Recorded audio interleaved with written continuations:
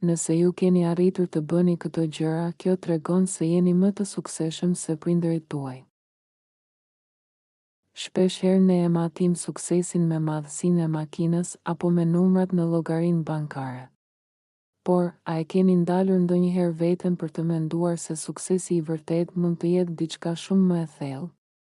Shumë prej nesh jetojnë me ndjesinë e fajit se nuk kemi bërë mjaftueshëm, duke u krahasuar me brezin e prindërve tanë që ndoshta ndërtuan shtëpi apo rritën familje në kushte shumë më të vështira, por sot, do t'ju tregoj se suksesi nuk është vetëm trashëgimi materiale.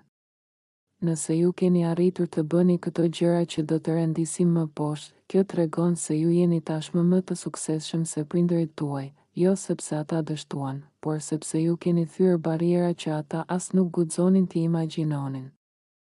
Jetojmë në një epokë ku të jesh prind duket si një garë pafund drejt perfeksionit. Mediat sociale na bombardojnë me imazhe shtëpish perfekte, dreka organike dhe prindër që duken sikur nuk lodhen kurrë. Por e vërteta pas dyerve të mbyllura është shpesh ndryshe, raskapitje, ankth dhe një ndjenjë e vazhdueshme faji se nuk po bëjmë mjaftueshëm. Pikërisht këtu ndërhyn psikoterapistja e mirënjohur, Zoe Shah, e cila sjell një mesazh që thyen rregullat e vjetra.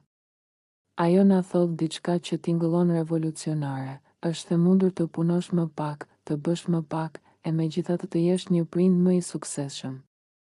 Sipas saj, suksesi nuk matet me listën e detyrave të plotësuara, por me prezencën dhe qetësinë tuaj. Nëse ju keni arritur të zbatoni 6 shtyllat e mëposhtme, ju jo vetëm që jeni një prind i mirë, por jeni më të suksesshëm se prindi mesatar që digjet nga stresi. Së pari, është arti i vendosjes së kufive pa ndjer faj. Brezat para nesh u rritën me idenë se prindi duhet të sakrifikojë çdo sekond të jetës së tij për fëmijën. Drësha thot se nëse ju dini të thoni mami ose babi ka nevojë për 10 minuta qetësi tani, ju po u mësoni fëmijëve tuaj respektin për veten. Një prind që kujdeset për veten është një prind që ka çfarë t'i jap fëmijës. Së dyti, suksesi vjen kur kuptoni se shtëpia nuk duhet të jetë gjithmonë muze. Nëse mund të uleni në tapet e të luani me fëmijët tuaj, duke i lënë enët në lavaman për më vonë pa u ndjerë në ankth, ju keni fituar. Ju keni zgjedhur lidhjen shpirtërore mbi kontrollin material. Ky është suksesi që fëmijët tuaj do të mbajnë mend kur të rriten, jo shkëlqimin e pllakave, por të qeshurën tuaj. Së treti, aftësia për të kërkuar falje. Prindi i suksesshëm modern nuk është ai që nuk gabon kurrë, por ai që ka guximin t'i thotë fëmijës, më fal që bërtita, isha i lodhur dhe gabova. Kjo ndërton një urë besimi që prindërit e vjetër shpesh e digjnin për shkak të egos. Së katërti, shkëputja nga teknologjia për hir të kontaktit me sy. Me fëmijën tënd, pa telefon në dorë, vlen më shumë se 5 orë qëndrimi në të njëjtën dhomë duke parë ekranet. Së pesti, menaxhimi i pritshmërive. Prindërit e suksesshëm nuk përpiqen t'i kthejnë fëmijët në projekte suksesi, por i lënë ata të jenë vetvetja. Dhe së gjashti, suksesi suprem është kur ju punoni me vetdije për të mos trashëguar traumat tuaja te fëmia. Në fund të ditës, suksesi nuk është të bësh gjithçka. Është të jesh dikush me të cilin fëmijët e tu duan të qëndrojnë edhe kur të rriten. Nëse po punoni më pak për të jetuar më shumë me ta, ju keni thyer kodin e vjetër dhe keni ndërtuar diçka të pavdekshme. Ndaloni së bëri gjëra që nuk ju sjellin gëzim ose ndjenjë qëllimi. Ky nuk është thjesht një sugjerim, është një strategji mbijetese. Shumë prej nesh e kalojnë ditën duke fshuar zjarre që nuk janë tonat, duke u marrë me aktivitete që na shterojnë energjinë dhe nuk na lën asnjë gram fuqi për njerëzit që duam vërtet. Nëse dita juaj është e mbushur me obligime që i bëni vetëm për të dukur mirë në sytë e të tjerëve, ose sepse ndiheni të detyruar nga tradita apo shoqëria, ju po vidhni nga koha e familjes suaj. Mendoni pak, çfarë do të ndodhte nëse sot do të hiqni dorë nga ai grup bisedash që ju streson? Po sikur të mos shkonit në atë mbledhje apo event që nuk ju shton asgjë në jetë. Shkurtimi i këtyre përgjegjësive artificiale bën diçka magjike, liron hapësirë. Dhe kjo hapësirë nuk është boshe, ajo mbushet me praninë tuaj. Liron energji që ju mund ta përdorni për të ulur me fëmijët tuaj pa pasur mendjen te ora, ose thjesht për të çlodhur në heshtje, duke rimbushur bateritë tuaja. Suksesi i vërtet i një prindi modern nuk është të ketë një agjend të ngjeshur deri në sekondën e fundit. Përkundrazi, është të ketë guximin të thotë, kjo nuk është e rëndësishme për mua dhe familjen time. Në fund të fundit, fëmijët tuaj nuk do të mbajnë mend sa shumë detyra keni bërë, por do të mbajnë mend prindin që ishte i qetë, i pranishëm dhe që kishte kohë për t'i dëgjuar. Kur shmangni detyrimet e panevojshme, ju nuk po tregoni dembelizëm, po tregoni inteligjencë emocionale. Ju po zgjidhni cilësinë mbi sasinë, dhe kjo është ajo që ju bën më të suksesshëm se kushdo që vrapon pa qëllim drejt raskapitjes.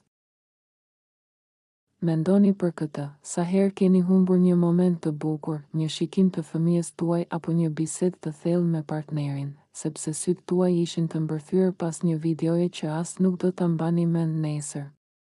Nuk ka nevojë të bëni gjëra madhështore. Mund ta përdorni këtë hapësirë të re thjesht për të çlodhur vërtet, duke marrë frymë thellë, duke lexuar një libër që ju frymëzon, apo duke u përfshirë në një aktivitet të thjeshtë me fëmijët, si një lojë me letra apo një bisedë pa nxitim. Kur ju hiqni dorë nga bota virtuale, ju i jepni vetes dhuratën më të madhe, kënaqësinë e të qenit i pranishëm. Suksesi nuk është të dish se çfarë po bën bota në anën tjetër të ekranit. Suksesi është të jesh aq i kënaqur me jetën tënde brenda 4 mureve të shtëpisë, saqë të mos kesh nevojë të shohësh jetën e dikujt tjetër për t'u ndjerë mirë. Duke bërë këtë pushim nga mediat sociale, ju po u tregoni fëmijëve tuaj se asgjë në atë ekran nuk vlen më shumë se ata. Dhe ky, miqtë e mi, është një nivel suksesi që asnjë like apo follower nuk mund ta zëvendësojë.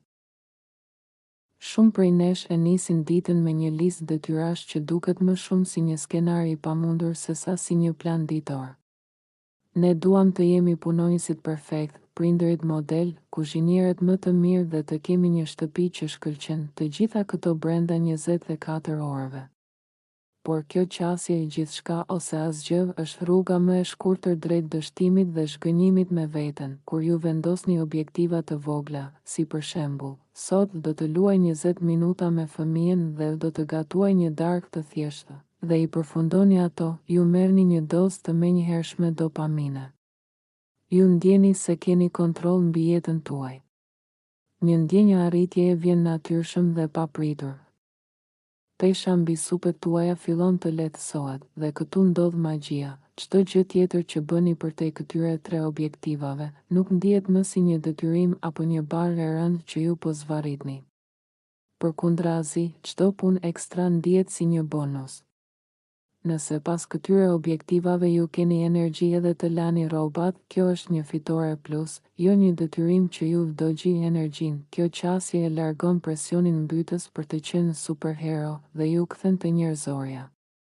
Në fund të ditës, kur vendosni kokën në jastëk, ju nuk do të mendoni më për 10 gjërat që mbeten pa u bërë, por do të ndjeni kënaqësinë e atyre 3 fitoreve që arritët. Ju po mësoni ta mbyllni ditën me një ndjenjë triumfi dhe jo me një ndjenjë faji. Kur ju i vendosni vetes objektiva realiste, ju po i tregoni vetes respekt. Dhe një prind që respekton kohën dhe kufijtë e tij, është një prind që rrezaton qetësi dhe siguri te fëmijët e tij. Dhe në fund të këtij rrugëtimi, vjen pika më e rëndësishme, ajo që shpesh e harrojmë në nxitimin e jetës, të jesh i butë me veten. Ne jemi gjykatësit më të ashpër të vetvetes. Ne shohim çdo gabim, çdo moment humbje durimi dhe çdo detaj që nuk shkoi sipas planit si një dështim personal. Nëse sot po ndiheni fajtor sepse nuk keni gatuar darkën perfekte, apo sepse shtëpia është në kaos, ndaloni për një moment. Një prind që nuk kujdeset, nuk ndjen faj. Pra, ky faj që po mbani është në fakt ana tjetër e medaljes së dashurisë suaj të madhe. Kur gjërat nuk shkojnë sipas planit, dhe le të jemi të sinqertë, jeta rrallëherë shkon sipas planit. Suksesi nuk është të forconi veten deri në pikën e thyerjes. Suksesi është të pranoni kufizimet tuaja njerëzore. Është të pranoni përpjekjen tuaj dhe t'i thoni vetes, sot bëra aq sa munda, dhe kjo është mjaftueshëm. Të lejosh veten të bësh më pak nuk do të thotë të dorëzohesh. Do të thotë të krijosh hapësirë që të jesh një person më i lumtur, më i qetë dhe më i pranishëm. Sepse fëmia juaj nuk ka nevojë për një robot që kryen çdo detyrë në perfeksion, fëmia juaj ka nevojë për një prind që di të qesh, që di të kërkojë falje dhe që tregon se është njerëzor, madje shpesh jeni më shumë se aq. Ju jeni bota e dikujt. Ndaj, sonte, kur të mbyllni syt, lëreni fajin jashtë derës së dhomës. Pranojeni se jeni një qenie në rritje, ashtu si fëmijët tuaj. Jeni të butë me veten, sepse vetëm duke dashur dhe pranuar veten, mund të mësoni fëmijëve tuaj të bëjnë të njëjtën gjë. Ju jeni suksesi i vërtet, jo për atë që bëni, por për atë që jeni.